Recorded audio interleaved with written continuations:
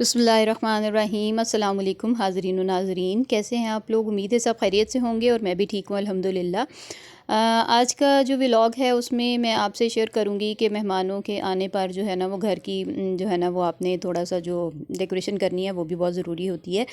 तो इसमें ये भी देखना होता है कि आपने घर को किस तरह से जो है ना वो डेकोरेट किया हुआ है। इसमें आपके बेड कवर्स जो है उनका ख़्याल रखना, इसमें जो छोटे छोटे मैट्स और इन चीज़ों का ख्याल रखना बड़ा ज़रूरी होता है। हमारा घर चूँकि अभी नया नया सा जो है ना उसका सारा काम मुकम्मल हुआ है, तो मैं अब आहिस्ता आहिस्ता कोशिश कर रही हूँ कि इसकी सारी जो है ना सजावट का भी ख्याल रखूँ, क्योंकि ज़ाहिर दावतें तो माशाल्लाह अल्हम्दुलिल्लाह अल्लाह का शुक्र है कि जारी और सारी हैं।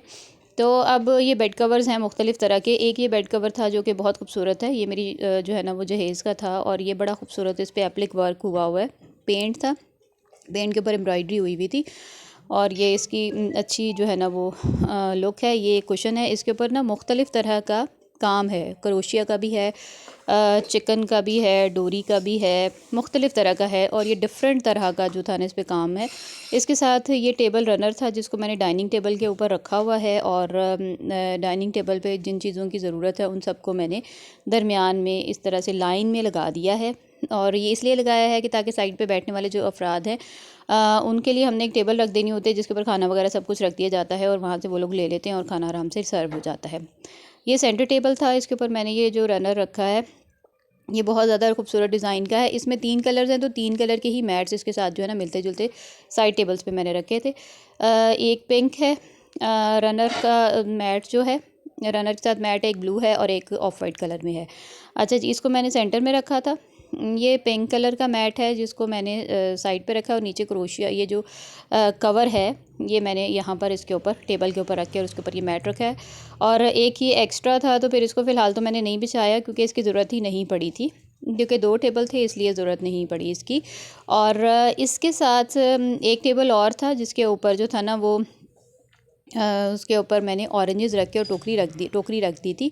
ऑरेंजेस टोकरी में डाल के और उस पे रख दिए थे और साथ में जो था ना वो मैट था ब्लू कलर का जो कि उसके साथ मैचिंग है। इसके ऊपर फुल जो है ना वो हुआ है, प्लेटें पड़ी हुई हैं, जो उसको बोलते हैं, ये जो मैट है उसके ऊपर 3-3 4-4 प्लेटें हैं और उसके ऊपर था वो मैंने बिछाया। ये सारे इस तरह के सेट से ये बड़े खूबसूरत लगते हैं। और उसके बाद ये कमरा था जिसमें हमने जो मामू जिस कमरे में लेटते थे, तो अभी इसका मैट्रेस अभी हमने नहीं लिया, तो इसका मैट्रेस अभी लेने वाला था। तो वो उनके लिए ना हमने फिर सिंगल मैट्रेस यहाँ पे फ़िलहाल जो है ना वो रखा हुआ है, वो इसके ऊपर लेटते हैं और उनकी जो मेडिसिन वगैरह हैं वो हमने यहाँ पे रखी हुई हैं। साथ ही यहाँ पर जो थे ना वो भाई यहाँ पर उनके लिए चारपाई बिछाई हुई थी। फिर किचन में मैं आ गई थी क्योंकि खाना वगैरह बनाना था, क्योंकि गेस्ट बस उन्होंने आना था आज।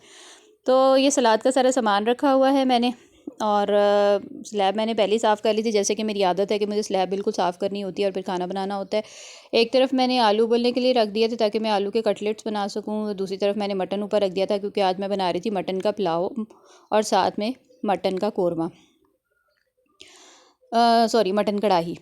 अब ये दोनों काम मैं करी थी। दूसरी तरफ मैंने आलू जो थे उबलने के लिए रख दिए थे। कस्टर्ड मैंने बनाया था, सॉरी मटन के बाद, मटन का सालन बनाने के बाद, और वो जल्दी बन गया था क्योंकि मौसम ठंडा है, तो इस ठंडे मौसम में ना कोई इतना मसला नहीं होता।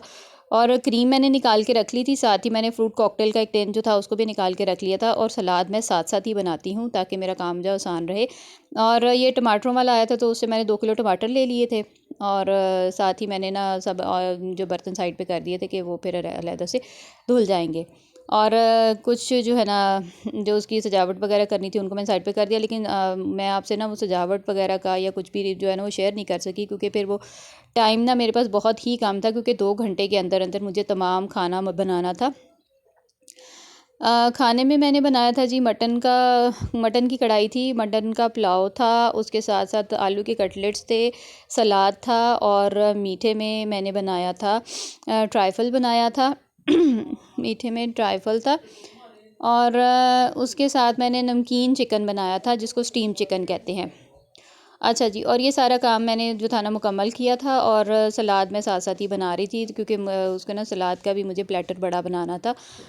और ये तकरीबन अल्लाह ताला की बरकत होती है कि अगर आप जो है उसको 8 अफराद के लिए बनाते हैं तो वो तकरीबन 15 अफराद भी आराम से 15-16 अफराद आराम से खा सकते हैं। तो उसमें सारा कुछ हो जाता है। अब ये मटन गल गया था तो मैंने उसको भुनना शुरू कर दिया था, भुनाई क्या करके। तो उसके बाद मैंने यखनी ये मैंने इसमें कढ़ाई में निकाली है और उसमें अब ये टमाटर जो थे वो मैंने ब्लेंड पहले ही कर लिए थे और टमाटरों को ब्लेंड करके अब मैंने उनको जो है वो उसमें डाल दिया है कुकर के अंदर, ताकि वो जो है ना उसमें भुन जाएंगे।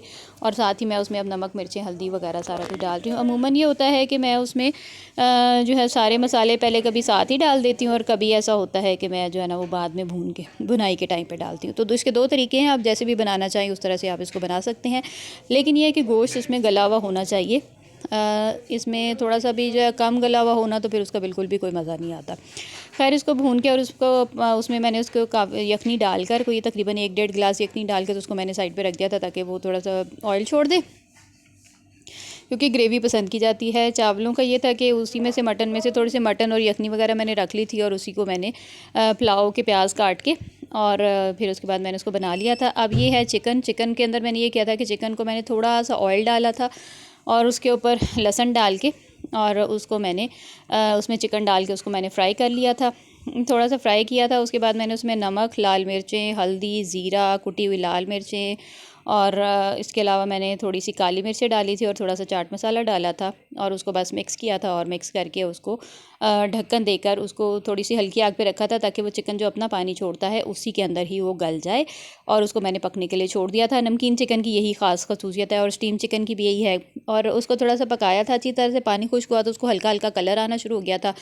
तो स्मोक मैंने आज उसको नहीं दिया था क्योंकि तिक्के में और इसमें काफ़ी फ़र्क होता है, तो ये जल्दी बन जाता है। उसके बाद ये आलू के कटलेट्स है, उसके लिए मैं ज़ीरा, अजवाइन, नमक, लाल मिर्चें और प्याज और ये सारा कुछ डाल के धनिया, सब्ज़ मिर्चें और आलू सब कुछ को करके और मैंने फिर उसको हाथ से जो था ना उनको अच्छी तरह से जो था ना वो मैश कर लिया था। सलाद में मैंने मूलियाँ काटी थी, गाजर, प्याज, इन सबको अलग से कर लिया था और उसको स्लाइस में प्याज काट लिए थे, खीरा काट लिया, टमाटर काट लिया, साइड पर रख लिया था। और ये कबाब की तैयार शक्ल है और ये कबाब फ्राई कर लिए थे।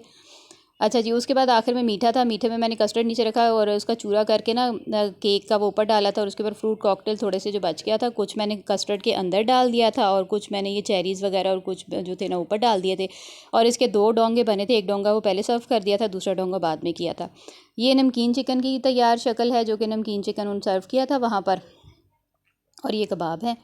अल्लाह हाफ़िज़।